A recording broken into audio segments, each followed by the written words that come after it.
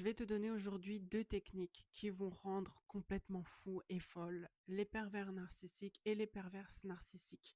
Parce que je pense que tu en as assez bavé maintenant.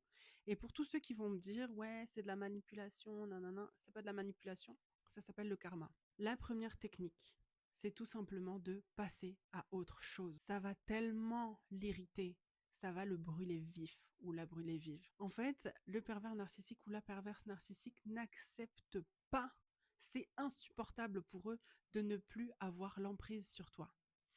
Ce qui est assez fou, c'est que toi, tu as l'impression que tu ne peux pas vivre sans elle ou sans lui, alors que c'est le contraire. Parce que sa force à lui ou à elle, c'est toi. Donc une technique pour vraiment le faire vriller, c'est de tout simplement passer à autre chose. Même si c'est difficile, ce que je comprends totalement, c'est de vivre ta vie. Passe à autre chose, éradique-les, bloque-les. Montre qu'ils n'ont plus aucune place dans ta vie, pas même 1 millimètre carré dans ta vie physique et dans ton esprit. Plus rien. Ça les rend dingues parce qu'en fait, ils n'ont plus accès à leurs jouets. Et ça les fait vriller parce que ils pensaient t'avoir en cage, tu vois. Ils pensaient t'avoir sous le coude, ad vitam aeternam, que tu partirais jamais. Et ça, c'est le plus gros retournement de situation. Et ça va lui retourner le cerveau aussi.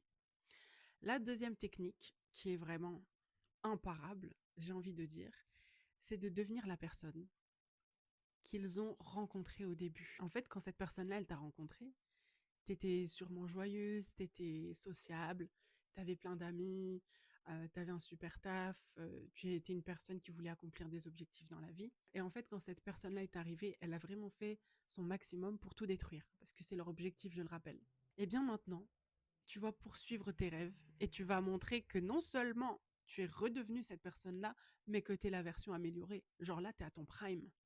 Ils ne supportent pas de voir leurs victimes accomplir leurs rêves. Parce qu'en fait, le seul rêve que tu devais avoir quand tu étais avec, c'était lui ou c'était elle et pas autre chose.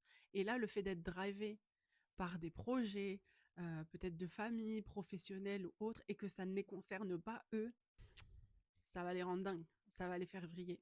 Je parle en connaissance de cause et franchement, finalement, c'est même pas du karma, c'est juste la suite logique. Parce que les gens qui sont mauvais, t'inquiète pas, ils vont récolter le mauvais, mais toi, tu vas récolter du bonheur maintenant parce que c'est ce que tu mérites.